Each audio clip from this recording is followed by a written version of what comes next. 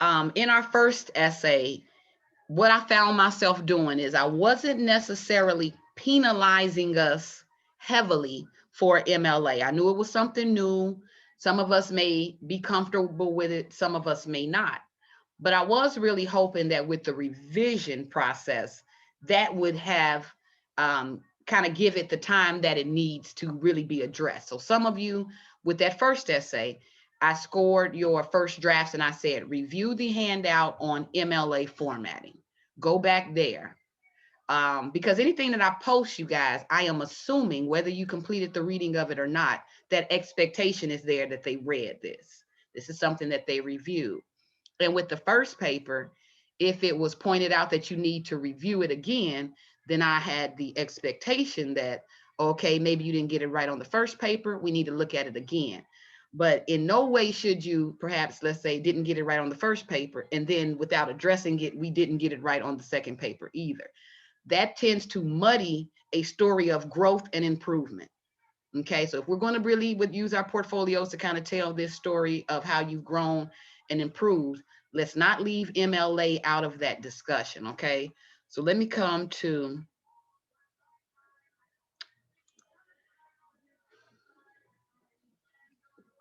maybe in finding out where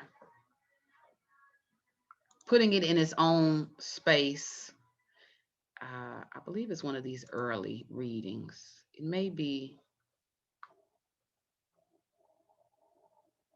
no, around when we first did our paper.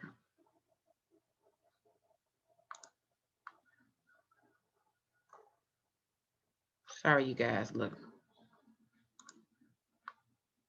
Here it is.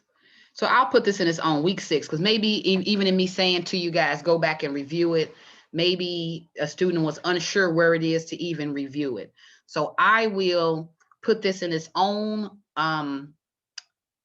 page, right? So it'll be easily identifiable here in the table of contents. That's what I'll do first, and kind of making this a little bit more accessible to you guys. But there is an MLA handout that is designed to kind of help us with, first of all, a discussion of what that formatting entails, and then kind of a step-by-step of how to execute that formatting, as well as visuals. Okay, so we have that document here. Let me kind of go over a few things with it.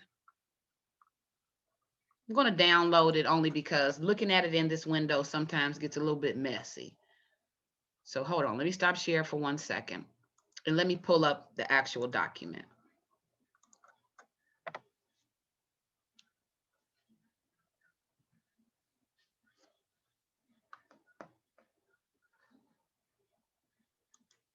You guys know my computer, look, that I love so much and try to hang on to. It gets a little bit slow when I have more than one screen open. So bear with me 1 second. All right, here it is.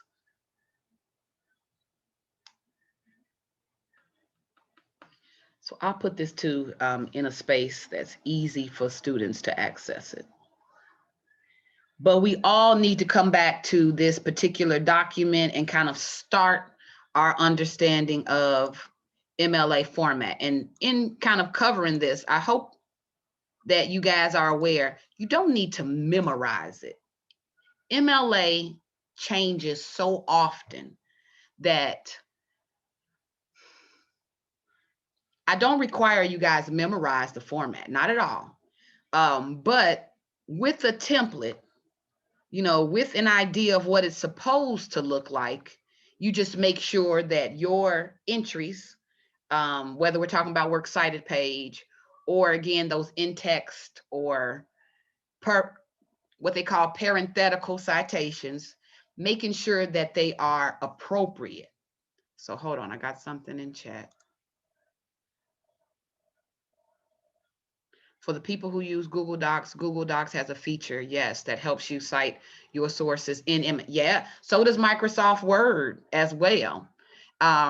So that's good, Leslie. I'm here, hold on, I'm taking a note of that. So Google Docs does, and I know too that Microsoft Word does as well. So our next class, we can talk about how to utilize those.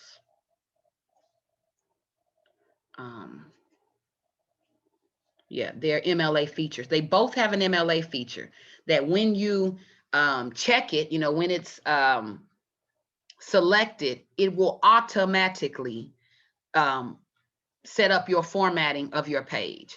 Also, there is also a site which I'll introduce us to. So I'll kind of put this all together called EasyBib.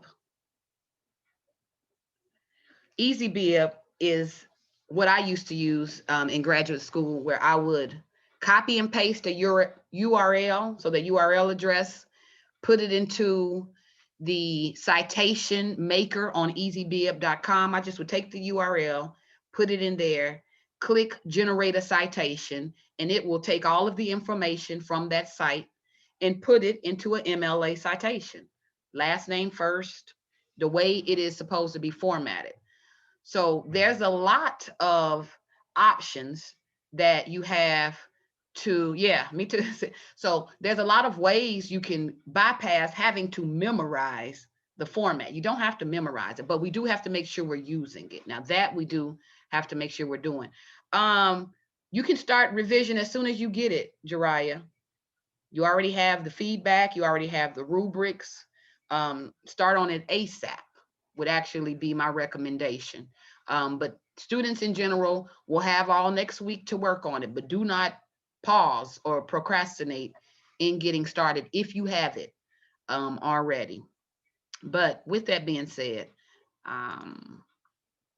let me quickly just kind of take us through the usefulness of this handout.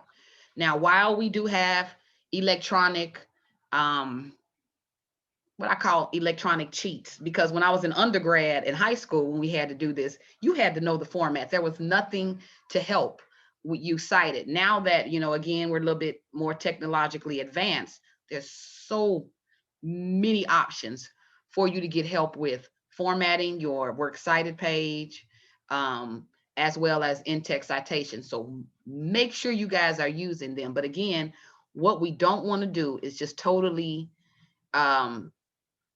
avoid using proper MLA format or treat it as though it's an option, because it's not an option. It is a part of the assignment sheet. So in following directions, you are utilizing MLA format, your heading, your overall format. All MLA text has a title. So you, in adhering to MLA format, there's a title to every essay. There's also, when setting up your research or your citing a source in text, there's an MLA format to how you even cite your source. So you don't want to just treat it as though it doesn't matter. Okay, so here's the information. This handout, it helps you not only with the works cited page, but just to kind of know why we do it. So the core elements of citing your source on the works cited page is you want to make sure it includes these core elements. That's what they're laying out here on this first page. An author name. In getting pages that's referenced or listed as references or sources, the title of your works cited page is works cited page. There is no such thing as references. There is no such thing as sources utilizing MLA format. Okay, so it is on a separate page. It's centered and titled at the top of the page, works cited page. Okay, so that is, again, it's not a suggestion. It is a part of MLA formatting. So on that page, you house all of the sources that you cited in your essay. So if you utilize the quote, even if you paraphrase it, so you took that idea and you put it in your own words, if that information did not originate in your mind, and for a lot of us, the definition of the Electoral College, it didn't originate in your mind. I can't tell you guys how many papers I read on the Electoral College where you defined what it was, but you had no source for where you got that information. And although you didn't intend for it to, anytime you use information, someone else's information, even Webster's dictionary, and you don't cite it, you are straddling the line of plagiarism. So again, at this particular level that we're in with English 101, in all of the research that you guys gather and all of the information that you have been consulting, it's really important that you organize the information that you are using. So if I used Wikipedia, which hopefully is in our end, the last source we consulted, if I used Merriam-Webster's dictionary, I need to cite that. I need to source, I need to make sure that it is cited appropriately.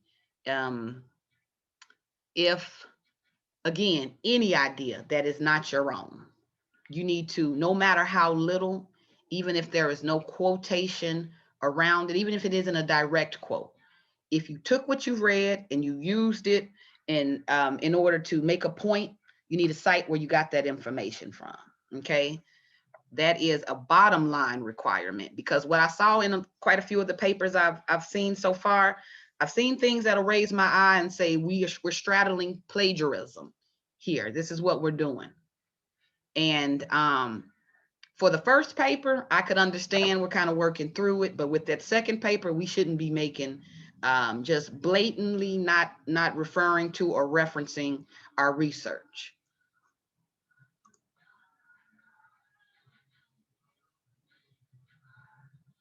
I'm sorry. Look, I just reading something I got in chat.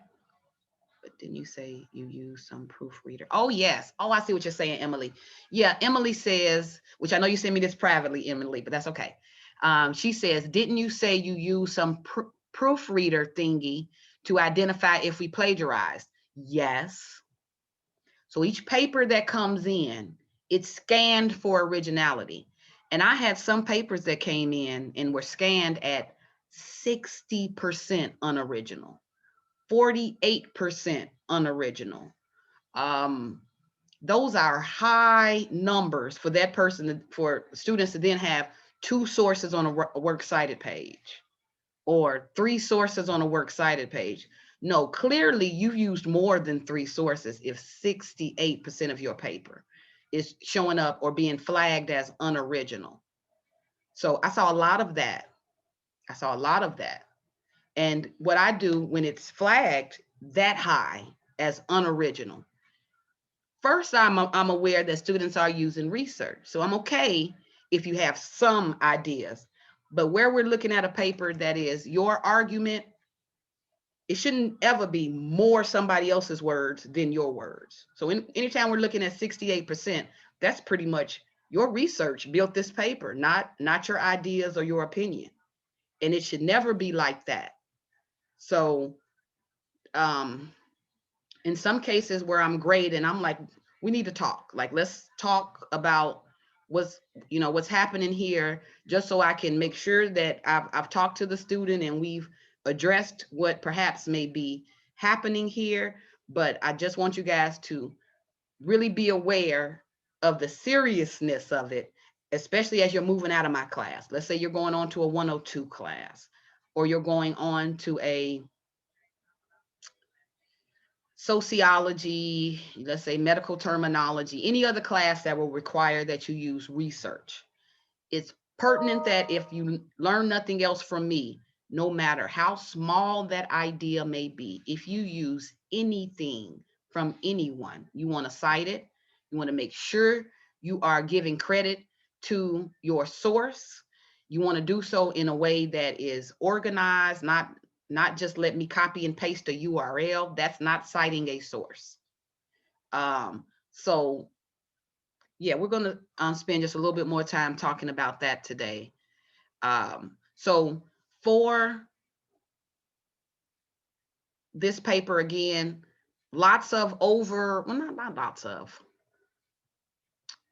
several essays were flagged at being between 30 and 40% unoriginal. Now, in some cases, if I can click on that particular flag, because it flags the papers, so it'll tell me, I get an exclamation point by each paper entry, there, it flags unoriginal content. And in me getting that, I can click on the essay, and because it's a scanned system, it'll highlight everything that's unoriginal. So some papers are lighting up like Christmas trees. Everything from the introduction to the conclusion is borrowed. And those are the two areas where we really shouldn't be borrowing information, because the conclusion is normally your closing thoughts of your argument. So I don't, and sometimes don't see how research came into that. But make sure you guys are very, very, very aware that in revision, and especially as we kind of move out of this class, that if I got it from somewhere else, I need to state where I got it from and who wrote it. Okay. Works cited page. So as we are talking about citing our sources, right? Formatting it appropriately. Use this handout to familiarize yourselves with the core elements. On the works cited page, everything is driven by author name. Your works cited page is placed in alphabetical order by author's last name. So that's why this particular core element is first. It is primary. From there, you give the title of the text. And those have always been bottom line requirements to cite a source: author's name, title of publication, or title of the source, right? So again, as they should, these are the primary elements of citing our source. So author's name, last name first. We then move to the title of the article that you use or that you are quoting from. You then go into the title. Now, where they say title of container, they simply mean what's that cite. So if you are using an article by Mike Rose that came out of the New Yorker, the container is the New Yorker. We have the author's name, we have the title of the article, and then we have the publication that houses that article. That's what the container is. So again, top 3 things must be included on a works cited page. Okay. In some cases, if there are other contributors, you want to make sure you add that. If you're using a journal, you want to know what, you want to make sure you list what version the journal is, normally spring 2018, volume 2, right? Those types of things need to be cited as well. It's all kind of helping to draw a map for your reader. The works cited page is almost a map. Here are the sources that I consulted for this particular argument. If you need more information about any of my evidence, the works cited page should provide you a map, not only of who wrote it, but where you can go to read more about it, to find out more about it. Your works cited page should be so clear that even though you used a quote from it, if I wanted to read a little bit more about the point that you made, I should be able to find everything I need to find that source on your works cited page. So don't give me a URL. Don't give me a, kind of breakdown of what quote you added. Give me the author's name, last name first, title of that particular publication, where I can go to find it, what version it is, when it was published, right? And then lastly, you guys see here, location. This is where you add the URL. But you guys see where it falls in terms of level of importance. That's what we add last. You add that after you've given me all my information. Now, sometimes you guys may read things and it may not have an author, right? Well, then you'll just pick up on whatever core element it does have. So if there is no author information, sometimes there is no author information to be found. Well, you know what? We start right here at the title. So I put this information in by the title, where I found it, what particular version, if it has a version, when was it published, and the URL date. But all of these elements are preferred, but if any of them are missing, you just pick up with what you have. Okay, so let's look at a couple of samples, and I'll just do this really quickly here.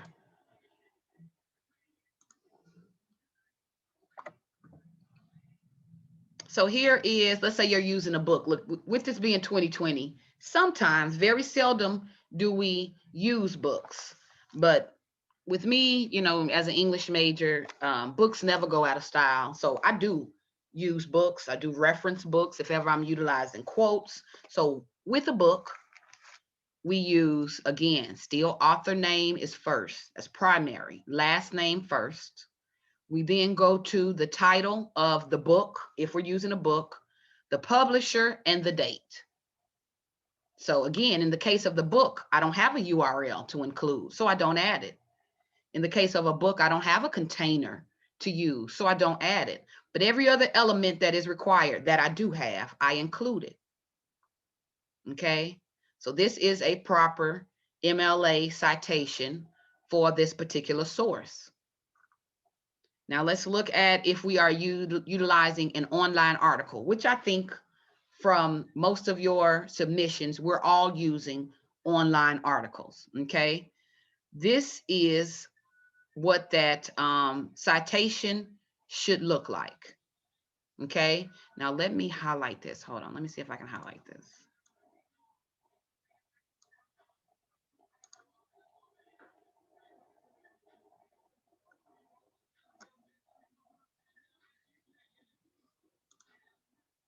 Look, I'm trying to play with it, but it's not letting me do it. Okay. In any event, let me do this. All right, so you guys can kind of see how I've highlighted that. Most of our citations, this is what they should look like, because I know for the most part, we're using the online articles. Uh-oh, I didn't mean to do that. So let's talk about the parts, or let's talk about the elements that we see present here. We have that name. And a lot of you guys will utilize the name in your in-text citations. Keep in mind what you use in your essay, it needs to be cited on this page. That's sometimes what takes so long with me grading papers is I look at every according to. I look at every quote that you use in your essay, and I go and I check and see, is it present on that works cited page? And I've seen a lot of things that raise my eyebrows. Some of us, I don't know what we're doing with our works cited page, but sometimes we have names there that did not show up at all in our actual essays. So the only things that goes on our, or the only names we put on our works cited page, it's called works cited. So anything I cited in my essay, it needs to show up on this page. So if you said according to so-and-so in your argument, and most of us, we're using quotes as our primary support. Most of our evidence is coming from quotes. So in some cases, I may get statistics or numbers or research studies or things like that, but primarily I'm getting quotes.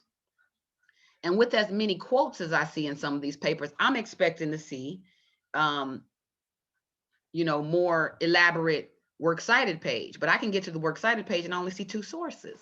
So again, these things, even though we may not think it means a lot, they're red flags for plagiarism. So those are things those are habits we definitely do not want to take out of this class. So again, when we talked early in the semester about keeping track of what websites you're using when you're doing your research, if you are taking information from any of these websites or these articles, you are making note of it, because that's what's going to go into your works cited page, right? So the elements that you see, hold on. All right, that's a good point. Okay, you guys, I just got something in my chat. It says sometimes the author quotes a doctor or a professor. So I mentioned the doctor and not the author, but I still mentioned the title of the article. Yeah, no, you would still want to mention that author, because you didn't get that information from the doctor. You got that information from that author's source. So that is the source that you include. Now you can say, according to, here, like I'll use what we have in front of us. So according to, Van Newkirk in his article, America's Health Segregation Problem, he quotes Dr. So-and-so. And then you can do it that way, but you still have to set up your source, where you got that information from. Or if you wanted to go a step further and go to the source directly, then whatever that doctor's name is, you can Google that and try to find that information, and then you would cite it from there. But we don't want to alter our citations in that way. You don't want to see that an author may be quoting someone else and just say, "Oh, well, forget him. I'll go with who he quoted." That's without you knowing it or it being intentional. That is a manipulation of the information. That's a manipulation of the sourcing. Okay, and we don't want to do that. So, I mean, there's ways around quoting who the author may be quoting, but we still need to include, where did you read it at? Did you read it with the doctor, or did you read it with that author? Well, then you need to put the author's name, and you need to put the title of that document, and use that information on your works cited page. Okay. So here again, with all the elements that we just went over: name, last name first, title of that article. Here you guys see in italics the Atlantic Monthly Group. This is what they call the container. This is the site or the publisher that houses this particular text. So we include that. Here you include the date access. You don't necessarily, I'm sorry, this isn't the date access. This is the publication date. So you'll add publication date. You don't need to add this time or anything. I think they probably just copied it underneath the author information. And then they have the URL. So it's not really as complicated. It's just us being aware of those elements. Okay. And I know also too that we may have learned it different ways.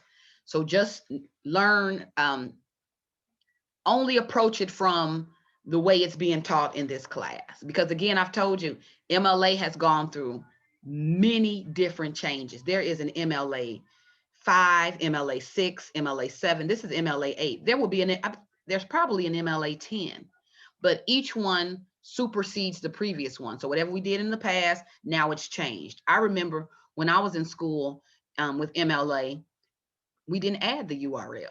See, now it's includes URL address. That's why I said don't attempt to memorize it, because it changes often. Just be aware of what goes into an MLA citation, and you guys do have that information. We have it here. These are what's called the core elements. So just make sure that your citation includes the core elements. If perhaps any of these elements are missing, you just pick up with the next one. It doesn't immediately void your citation. Sometimes these things will be missing, and that's okay. We just will pick up wherever. What's the next one? So you guys see that. Let me show you one more thing.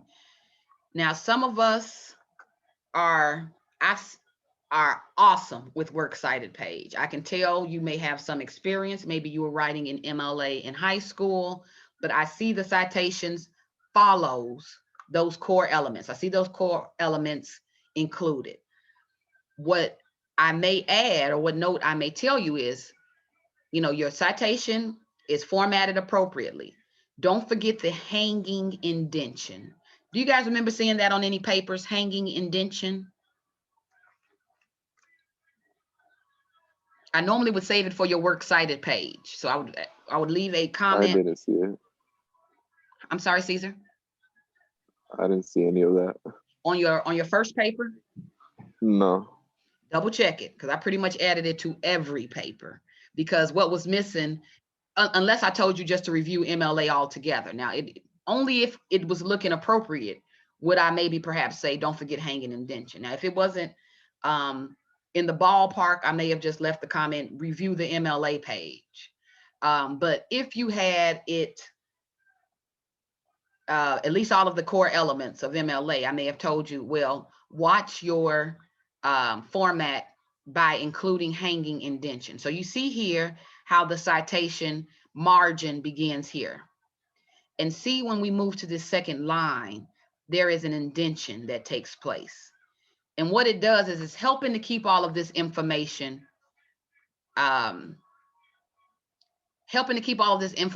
with this particular citation so that it doesn't get lost in the list. Because you guys will see when you see a works cited page, which I'm gonna show us in just a second, that if they're not indented, it'll just look like a page full of citations. But this hanging indention helps to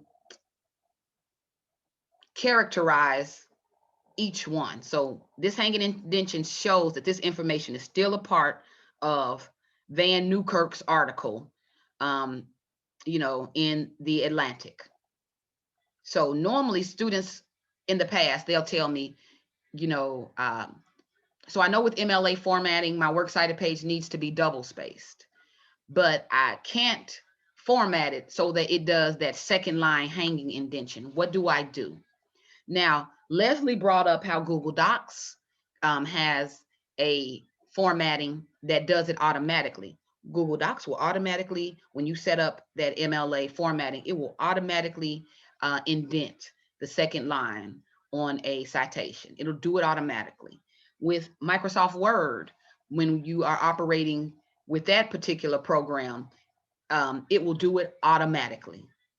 But for some of us, which is, sometimes I'm a little bit old school, either I'll do my easy bib, which it does it automatically, or I'll go through my own works cited page and I'll come here to the last line of, to the end of that first line. And then I'll hit enter. It'll automatically, put it at double space, but that allows me to now manipulate the margins. So once I hit enter, rather than having it wrap around, now I can hit tab and it'll indent these last two lines, which I know it may sound difficult. You don't have to do it. Again, so many electronic apps and programs does it for you. So we'll talk about that too on Monday. But here, I just want you guys to get a look at when I say improper MLA citation, your works cited page doesn't follow the guidelines. This is the guideline. This is how it should look. This is what it means to be, to you, where on your rubric it asks, is the paper properly formatted according to MLA? Where you may get a somewhat or a no, that's what I'm looking at. I'm looking at your works cited page, and I'm also looking at your in-text citations. So we're going to talk about that too in just a moment. All right, I know time is getting away from me and I wanted to talk about other things. Let me do one more. Here it even gives you a step-by-step on how to format your works cited page. So you guys have that. So I'm going to make this more visible on our page, because a lot of what I've done in feedback is I'll just say, go review the sheet, go review the MLA handout. And without realizing it, some of you may have been like, okay, where is that and what is that? So we'll put this a little bit more front and center. All right, there's something else I want to show really quickly and this may be old school. Look, you guys know. But when I was in college, I'm sounding like my mother without trying to sound like her. I utilized, the Purdue OWL, their writing center website, because it helped me out so much in giving me samples. I am the type of learner where not only do I learn by hearing, but I also learn by seeing. So I need to see those images. I need to see those visuals. Once I see it done, then I feel a little bit better about doing it myself. So that's what I always liked about the Purdue OWL. Have you guys ever heard of that website? It's old school, so maybe we don't use it as much. Yeah, we used it. I used it in high school. Yeah, it's a little bit old school. But I'm using it today just to, again, show you guys that MLA is more than just the works cited page. Again, it's a format. It's the format that you use to write your paper. So it is encompassing everything in your paper. That heading for your papers, that's MLA heading. So some of us with this second paper, I'm still leaving notes, use the proper MLA heading. We should know that at this point. So familiarize yourself with what is MLA heading. It is upper left corner, always double space. Uh-oh. It is your name, your instructor's name, the class and section, and the date. Now, I know you may think, oh, but I did the name and oh, I did this. It's just not MLA format. So you may think it doesn't matter, but even your heading plays into MLA formatting. So you want to make sure that's right. It always has a title. That is a staple of MLA formatting. They include titles. Now, some of us may have learned APA. Well, APA includes a title page. So the formatting will dictate how you write this paper. So MLA formatting, title, double space, clear indentations, okay? So that's that first page. Hold on, there's something else I want to show you guys. I want to show you what an in-text citation. You guys hear me talk about this. Anything that shows up on your works cited page first has to be cited in your paper. And when I say that, what I'm normally referring to are your in-text citations. So that is the use in your paper of saying, according to, in the article, such and such, the author, Ralph Bronstein, states. Anytime you guys utilize that in your paper, you are utilizing in-text citations. That's what they are. You are naming the author and you're naming the title of a text. You're using that to preface the information or your research that you borrowed from them, okay? By prefacing your research with that information, you're citing your source. So that's called an in-text citation. By saying, according to so-and-so in the article, such and, blah, blah, which I see you guys do that really well. We do that well. We may not know what we're doing that is an MLA in-text citation.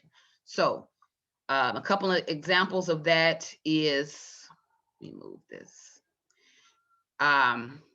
And here we see what I call direct quotations, where we are utilizing quotation marks and citing directly from the author. Wordsworth stated that romantic poetry was marked by A. And by adding these quotation marks, this is letting me know that this is a word for word quotation of what Wordsworth said. Okay, so we have the author name, we have what they said, and here they included a parenthetical citation, which when we go to works cited page and I find Wordsworth, I'll find the text, and this lets me know on what page I can find that quote. That's how works cited page work. It is a map to whatever you have used in your paper. Let's say there is a curious reader who's reading your argument and you quoted a particular article that they think is interesting. They may want to dig a little bit deeper into that for their own research. So they come to your works cited page to find out where to go to get that article. Your works cited page should be formatted in such a way that that's possible. So I don't have to go and look at a page of URLs and try to guess which one of these URLs is attached to whatever citation they made in their paper. It's your job to organize it and put that together for your reader in a way that it, again, adheres to that MLA proper formatting. Hold on. Yeah, okay, good. A question came in. Is the page number only when you take evidence from a book? Yes, that's good. So in online text or online publications, in some cases, you won't have a page number. There is no page in that article. So you won't need a parenthetical citation. It'll be the author's name, title of that information. And then when you go to the Works Cited page, you get a URL that takes you to it. So you don't necessarily have to seek out a page, but that's a good question. All right, another in-text citation example. Romantic poetry is characterized by the spontaneous overflow of powerful feelings. So they took this same citation and they just did it a little bit differently. Here in the text, we included author's name. But even if we don't include the author's name in the text, we still need to cite where that information come from or where it came from. So I always get worried when I see quotation marks and nowhere around those quotation marks do I see any citation. I don't know who made those words. I don't know where it came from. There is nothing that is pointing me in the direction of whose words those are. That again, that's flirting with plagiarism. You'll think just because you put quotation marks around it that you've done a job of kind of distinguishing, oh, this isn't my words. But if you used it, you now have the burden of including whose words those are. You can't just use it and throw quotation marks around it and think that the job is complete. You have to cite where it came from, okay? So even again, if you don't throw it into the text, you have to add it somewhere. So you can either be before the quote in the text, or it can be after the quote in the parenthetical citation, but we don't get away from citing that source. Here is another example of what I call paraphrase. Sometimes I know students think if they read something and it was stated one way, but then they took it and phrased it another way, that somehow, oh, okay, well, it isn't their words. I didn't quote them. But yeah, you took that idea. Even if you said it differently, that idea didn't originate in your mind. So you will still need to give that particular source their credit. So look at how they stated it here. It says Wordsworth extensively explored the role of emotion in the creative process. So this is just another way of saying the spontaneous overflow of powerful feelings. This is how this particular writer chose to paraphrase that. But even though it's said differently, this saying it differently came from Wordsworth's particular text. So they cite it and they give the information. So whether again, quotation marks, whether we're including the name in the text or after it, every time you borrow someone else's words or ideas, after you close out that sentence or before you start it, you need to cite your source. Not after, but it needs to be in the vicinity of that quote. Don't wait until you get to the works cited page. And even though I wouldn't know which quote to attach it to, you said, oh no, but I added where I got it from. You need to do it in the in your citation, in the writing. So we either do it in text or we do it parenthetical, but it has to happen in the writing because the works cited page is designed to give more information about what you cited in the text. So if I'm going to find it, I'm going to depend on you citing it in the text. Okay, if that makes any sense. All right, let me look for something else before I move out of this with our last 20 minutes of class. Hold on, one more thing. So we did the in text. Let me go back to a works cited page just so we can kind of have another view of it. I took a look at, I showed you guys some samples from the handout. Oh, I don't like this so much.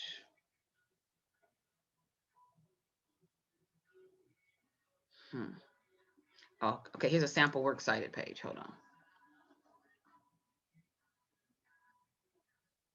All right, here's a sample works cited page.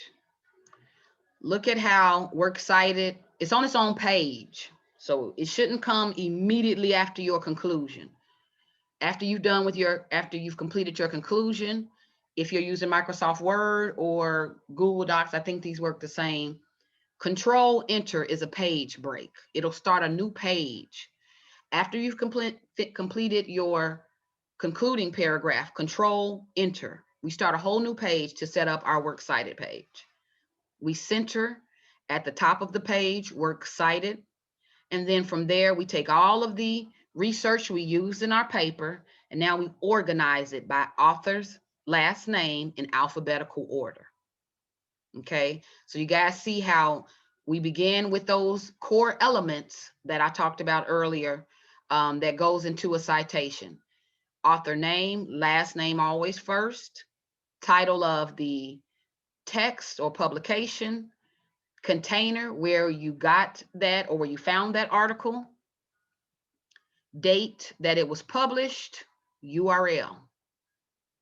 Look at how this particular sample shows this information is connected to this. So we have a hanging indention here so that we can kind of make that distinction. Here we have a citation by, Roger Ebert, last name first, title of, oh, this is a film they're listing here. So they have the review that they are utilizing. So instead of author information, they give direction, who it was directed by here, the date, let's say, of release, and then they have the URL of where to find it, okay? So you guys just kind of see this in this sample, the organization of the works cited page as well as the format. So I'll also post an additional sample. And as you guys are revising your essay too, come here, utilize these documents, put your works cited page side by side to it. The sample is the expectation. Does your works cited page look like this sample? What do I need to do in order to make sure that they align? Again, MLA is more than just the heading. It's more than just kind of throwing quotes into what you may perhaps be citing. It's a system that follows a format. It begins with the heading and the title, but then it moves into every other piece of your research with this particular assignment. All right. And while I don't normally fuss, I'm fussing about this because in some cases we took steps back with our MLA page. The one we had with first paper looked better than it looked for the second paper. So make sure you guys are addressing that in your revisions, because it is one of the scoring criteria for your final portfolio. They are looking at, does this student know MLA? And these are other English instructors. So what I always do when I'm checking MLA, I look at your heading, I look at, is there a title? I look at citations, and I look at your works cited page. That's how I know if that student knows MLA. If the heading, or if they didn't put any appropriate heading, then they don't know MLA. They don't use the MLA heading. They don't include a title. They don't know MLA requires that. They don't have the proper works cited page in alphabetical order. They don't, know that or understand that. So this is going to be the evidence that you know MLA. I'm familiar with it. Anything I cite in my argument, I need to make sure I put it on my works cited page. That is the theory of MLA. It's a way, again, and it's overwhelmingly rooted in avoiding plagiarism.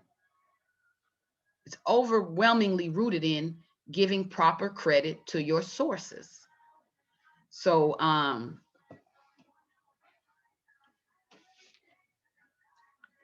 kind of don't make that like an afterthought. Like after I've done my paper, then that's first and foremost in the research stage. As I'm researching and collecting the information that I'm going to use, I'm making note of whose evidence I use because it's going on my works cited page. If this quote that I'm using and I'm stating that this quote helps to prove my point, where did I get it from? It needs to show up on my works cited page. And it needs to show up in such a way that if anybody who's reading this text wants to go and learn a little bit more about it, I've given them the map in order to do so.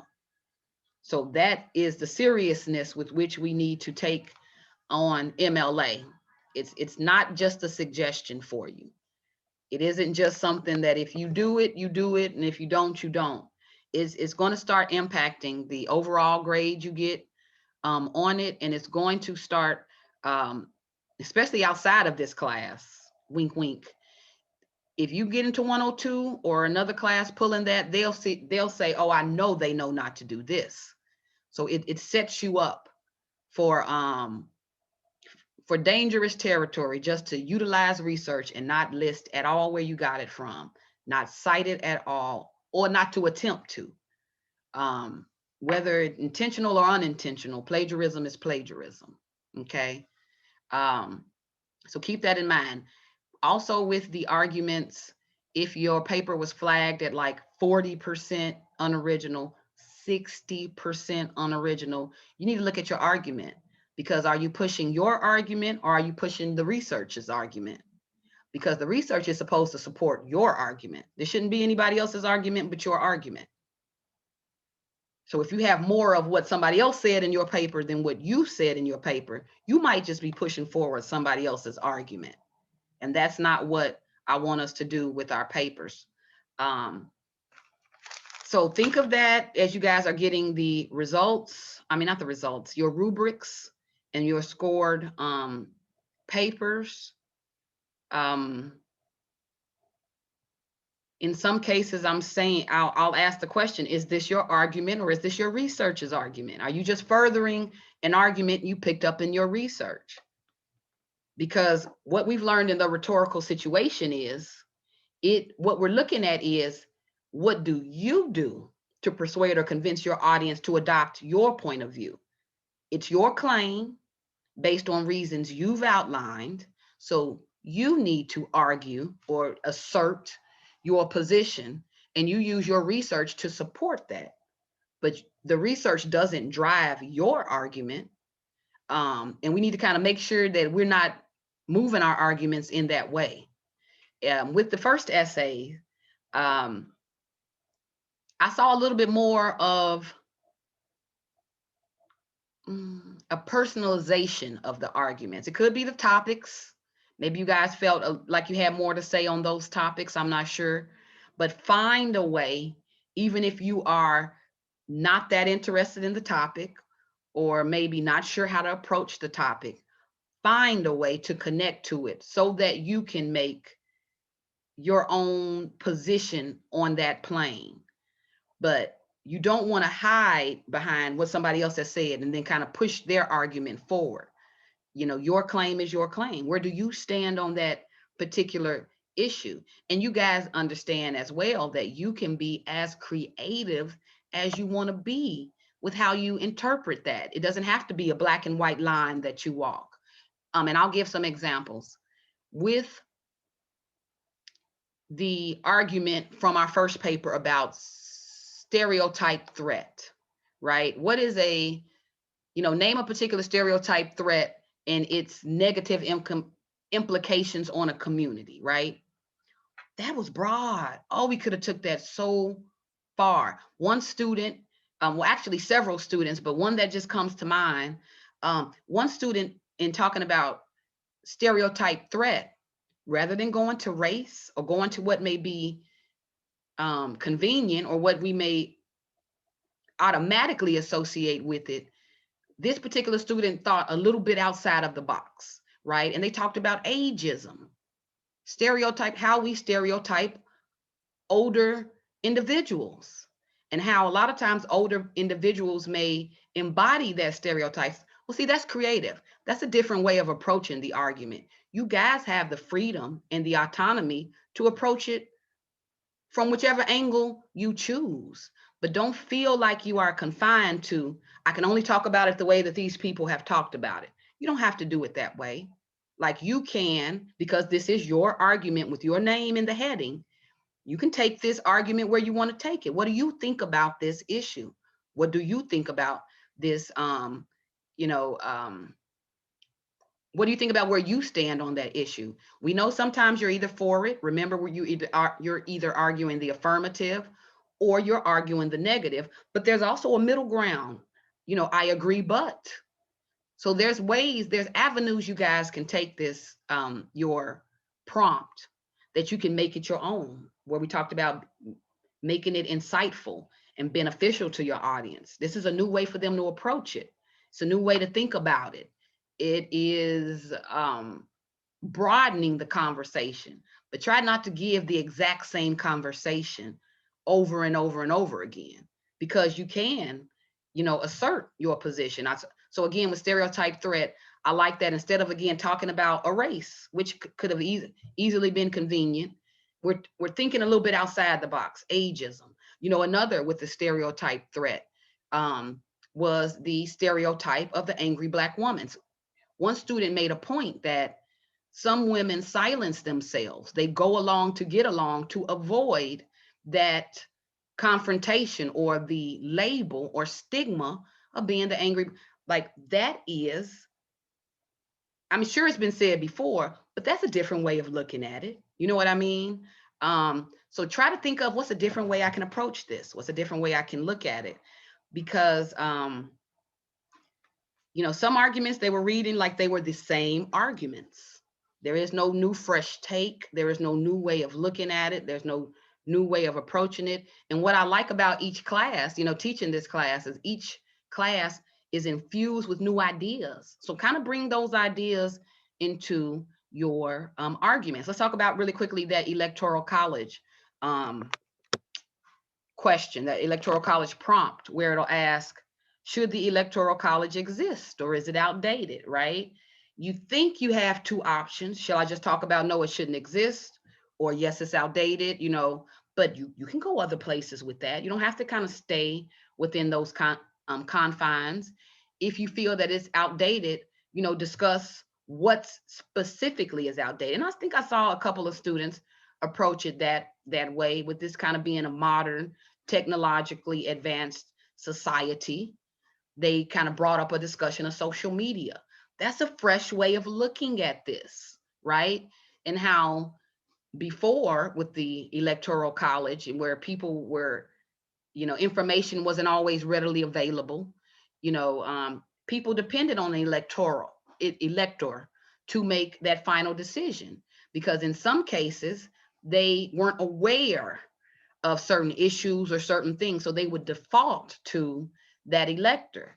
Well, now in 2020, with all of the information we have at our fingertips, does it still make sense to have somebody speak on behalf of the population? Or you could also talk about how, with all of the misinformation that's out here, maybe, yes, maybe we should have just one neutral person or several neutral people, depending, I guess, on how many representatives or senators a state has. Then perhaps that is a reason why we should have it. But try to think, if you can, beyond the same conversation, because a lot of what's being floated is what has been said about it all along. So try not to, try to have a little bit more confidence with this argument, that argument, now about making a claim, to be assertive and pushing forward your position, that your research is going to kind of help support and develop in persuading and convincing your audience to adopt your point of view. But we can kind of take down a little bit of those boundaries that we put around ourselves. Like, trust yourself to, first of all, you got to be informed. So you got to know enough about your issue to kind of really put forth an opinion, but don't be afraid to put forth an opinion. I normally, look, if you guys know anything about me, look, just tad bit, I'm the middle child. We're rebels. I'm going to always push the envelope. I go a little bit different with my, approach. I may, sometimes take the side that you wouldn't expect to be taken, but in presenting it, I'm also attempting to present a new way of approaching it or looking at it, right? Not going with the status quo, right? So kind of let your personalities, some of you already told me that you argue, you're interested in debate. Some of you already let me know you argue with friends, and you guys talk and debate about these topics already. Bring that personality and bring that into your into the classroom. Bring it into your arguments here. Now we still have to do it within, let's say standard edited English. Put that in the back seat and push forward those ideas. You know, try to think outside of the box and let your ideas drive your argument, not your research. Because some of us, we're depending too much on that research. You'll drop one quote and you'll say, this proves. That doesn't prove. That doesn't prove anything. You got to give me a little bit more logos, you know, to add additional explanation to that quote. Give me maybe logos with that quote. Give me pathos with that quote. But a single sentence quote alone, and then for some of us to transition into this proves that, no, it doesn't. It's just not enough. So I see us real comfortable with one quote. I'm dropping a quote, and then now I'm kind of moving to my next point. And then for my next point, I'm going to drop a quote, and then I don't know if you guys argue how you guys argue, but I need to be convinced. And you can't tell me what somebody else said to just all of a sudden, well, then it proves my point. So try to layer your support. Don't depend just on a quote, especially a quote. Some of us included quotes from sites like procon.org. Oh no. Some sites like, what was another site? opendebate.org. Oh no, that's where people just come in and drop their opinions. Nothing about those sites are credible. Nothing about them are infused in fact, or one that could definitely take a quote where you can then say, you know, but boom, bam, I've proved my point. You're probably just quoting what somebody else said about it, right? So elevate that research as you guys are working on your revisions. Elevate how you are thinking about these issues. Don't be afraid to push boundaries. Approach it from a way that it hasn't always been approached. Those are the papers that when I read them, I'm excited. Even if I find errors in grammar or sentence, it's the fact that this argument is insightful and, you know, it's exploring critical thinking and, you know, new ways of kind of approaching it. Those are the arguments that tend to trend upwards of 80 and 90%. But the arguments that include what I call insufficient evidence and is still arguing kind of, let's say, the same debate, you know, it's just kind of giving us the same debate again. Try to look at ways that you can revise that as you guys are getting the information. I know some of you are saying, Ms. Cole just told us what we need to do. Ma'am, can you give me my paper, please? Yes, you guys are getting that paper. That's what I plan on working on this evening and all day on Friday. So today, tomorrow, Friday. You know, make sure you guys are checking your okay, that's fine, Emily. I get you. I got you. So okay. Are there any questions? Look, I didn't talk about anything else that I wanted to talk about with fallacies. I think I may post it to Brightspace for you guys to take a look at the exercise there.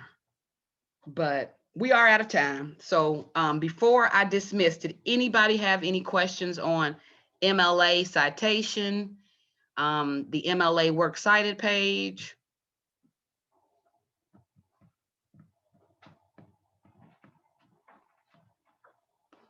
Okay, we'll say no. And I see you guys are dropping like 5. Okay, without that, make sure you are checking Brightspace and that you are, if you know you have your published results on your essay, start your revisions now.